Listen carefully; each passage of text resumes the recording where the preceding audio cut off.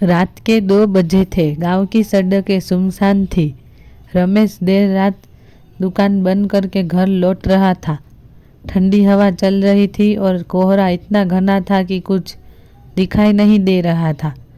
अचानक उसे एक औरत की आवाज़ सुनाई दी। रमेश रुक जाओ। उसे पीछे मुड़कर देखा लेकिन कोई नहीं था। उसका दिल जोर जोर से धड़कने लगा।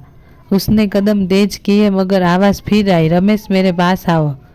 वह रुक गया। कोहरे में एक साये जैसी आकृति दिखी। लंबे बाल, सफ़ेद साड़ी और चेहरा ऐसा जैसे सालों से मरा हुआ हो। उसकी आंखें खाली थी मगर उससे घूर रही थी।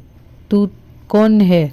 रमेश ने कांपते हुए पूछा। आकृति हंसी और उसकी हंसी जंगल में गूंज उठी।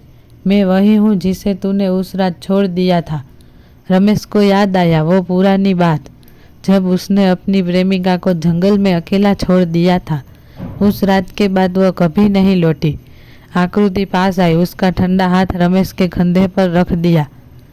उसने चीखने की कोशिश की मगर उसकी आवाज़ गायब हो चुकी थी।